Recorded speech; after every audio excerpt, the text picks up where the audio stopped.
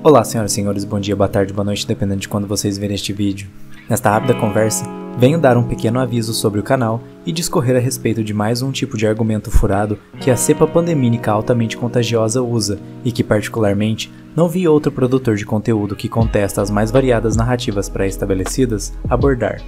Inclusive, vocês deveriam tomar extremo cuidado e pensar duas vezes antes de constatar um certo produtor de conteúdo como um dos combatentes contra a tirania instalada, pois como já comentei algumas vezes no canal, conforme as atitudes vilânicas foram cada vez mais ficando aparentes e com fortes e óbvias evidências de que a narrativa pré-estabelecida e os cientificistas andam de mãos dadas com o erro e o equívoco constante, passam a partir de um certo intervalo de tempo a defenderem um lado mais ponderado e que, de maneira geral, respeita os limites naturais do que pode ser constatado com qualidade pela ciência e os limites naturais que a própria argumentação filosófica e derivação lógica correta nos permitem encontrar. Aqueles que se mantiveram neutros contra narrativas obviamente erradas, tanto por vias científicas e, em último caso, quanto por vias éticas, constatadas corretas pelo processo argumentativo filosófico, devem ser abordados com uma boa medida de ceticismo, com a finalidade de evitarmos ao máximo amparar e credibilizar pessoas que mudaram de posição a respeito de algo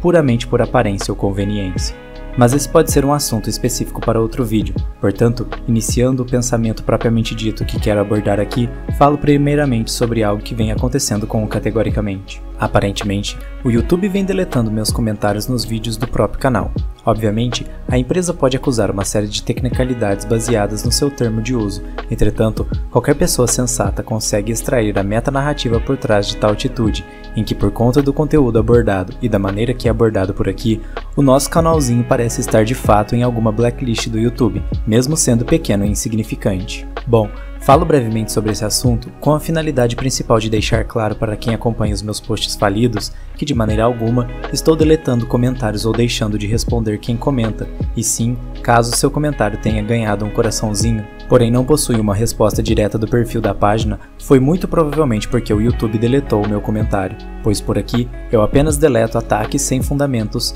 xingamentos baixos e prolixagens sem conteúdo que são enormes perdas de tempo para todos os envolvidos. Mas eu queria apenas esclarecer isso e agradecer o YouTube, pois estar na blacklist de uma grande corporação que age como empresa privada formalmente, mas que por baixo dos panos é apenas mais um tentáculo difuso, obscuro e mascarado da regulamentação estatal e tentativa de influência cultural a fim de barbarizar a moralidade ocidental pelos titereiros que controlam o mundo, é realmente uma grande honra. E com essa pequena grande pedra tirada do nosso sapato, gostaria eu de abordar um tipo de argumentação bastante interessante que vejo muitos pandeminions realizarem e que raramente vi alguém as refutar ou ao menos abordá-las para trazê-las à luz dos olhos inocentes que podem estar desatentos. Em paralelo, essa mesma exposição serve para refutar um tipo de tentativa de argumentação que algumas pessoas que discuti usaram para supostamente justificar que a obrigatoriedade de máscaras de maneira generalista seria uma adesão a uma posição genuinamente científica.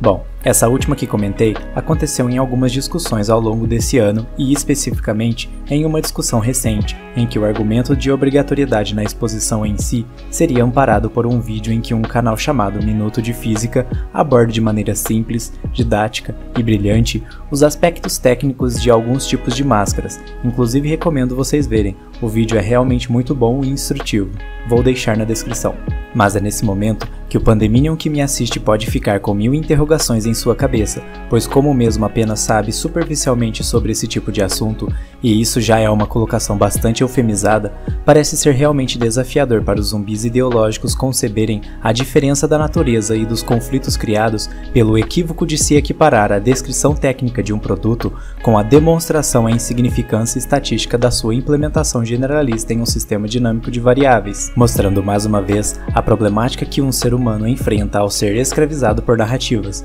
sejam as doutrinações diretamente causadoras da idolatria ao Estado, seus aparatos difusos e suas instituições que podem acontecer em maior ou menor teor dependendo de uma série de fatores, assim como manipulações indiretas em que o indivíduo é condicionado a acreditar que a ciência é a única ferramenta capaz de dosar a realidade com qualidade e mesmo assim, ainda sendo codificado na sua genética, características que não são verdadeiramente postuladas na observação empírica amparada pelo método científico, desenvolvendo esse indivíduo para o cientificista que todo Estado ou manipulador de influência cultural ama ter, que segue sem questionar com qualidade e profundidade elementos pertinentes que de fato existem no processo científico genuíno. Portanto, é de fato um erro bastante grosseiro confundir a descrição técnica de um produto com a demonstração em significância estatística da sua real influência em um sistema dinâmico de variáveis. Ainda, muitos elementos, quando avaliados dentro de uma perspectiva em significância, podem ser contraintuitivos, sendo necessário